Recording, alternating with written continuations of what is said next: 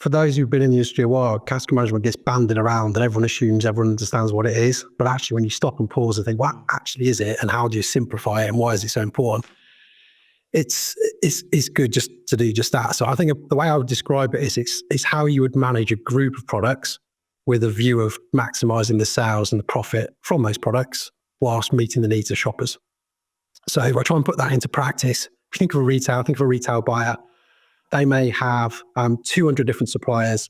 They may have thousands of products. What they're trying to do is grow the collective. So they're less interested in brands. What they're trying to understand is, do I have the right range? Have I given the right products the right amount of distribution? Am I missing an EMPD? What pricing should I charge? What promotions should I overlay? If you're walking on my store, what displays should there be? If I'm on the website, what order do I lay everything out? And they're trying to do that with a view of growing the whole. So growing the sum of the parts, I guess. That's category management. The way perhaps to think of it is... so that's from the buyer's perspective, right? So it's looking at the total category. Why is that important for challenger brands to know that? Yeah, brilliant question. So typically, I'm going to generalize slightly because again, this isn't ever really for sure. But as a brand coming through, you care about your brand. You identified a need. You care passionately about solving that need by designing the product and the brand, and that's everything to you. And you want to tell the world about it. Now, retailers in this example don't care about brands. They're interested in growing the category.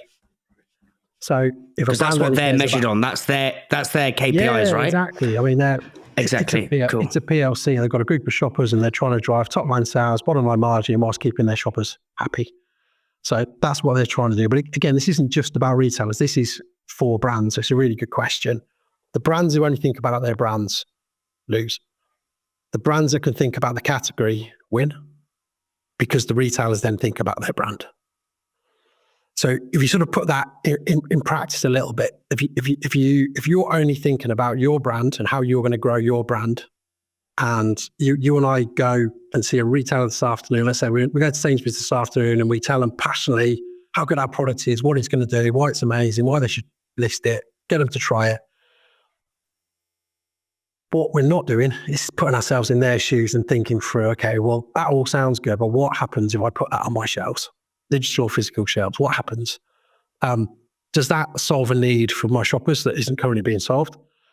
Does it steal sales from another product? Because if it does, we'll get onto incremental, but it's not incremental. So it's going to add complexity in. And by the way, I'm having 20 of these meetings every week, and I'm being asked for hundreds of listings every week, and I can't make some. So what I've got to try and do is work out which ones do I need to go after, which ones do I need to back. So as a brand, if I put that hat on and think it all through for myself, I'm asking myself those questions and I'm preempting a lot of that thinking. And as a result of that, I'll make better decisions. It's fast. So the day we were recording this, and we'll try and get it live in a couple of weeks, is Amelia from Bold Bean has just gone into Tesco, and she just put a post out this morning saying, like, you know, we kind of got into, I think those get in the early stage, you can sort of wangle a Whole Foods listing or potentially even wangle a Waitrose listing. But even then you'd need data, but having the data, and Amelia was saying, it was the data that got us into Tesco, and that, you know, how we drive incrementality. And as I say, we'll get onto that. And I think what's really interesting is, as you say, the brands that don't think about the category and only think about their brand, the founders only think about their brand, not the category, lose. The ones who think about the category win.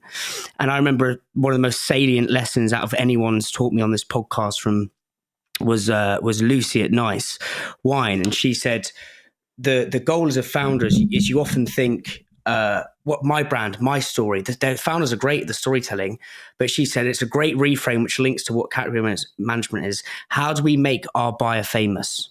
So what are their KPIs? What are they getting measured? And you really boil it down to the human level.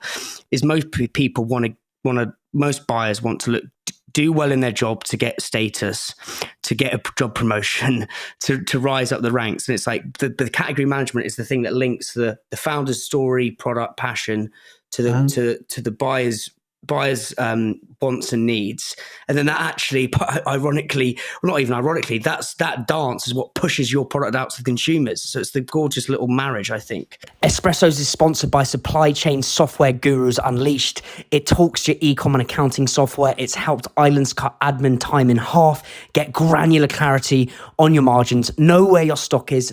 Don't miss availability. Brands like Candy Kittens, Tiny Rebel, and Trip all use Unleashed, and so should you.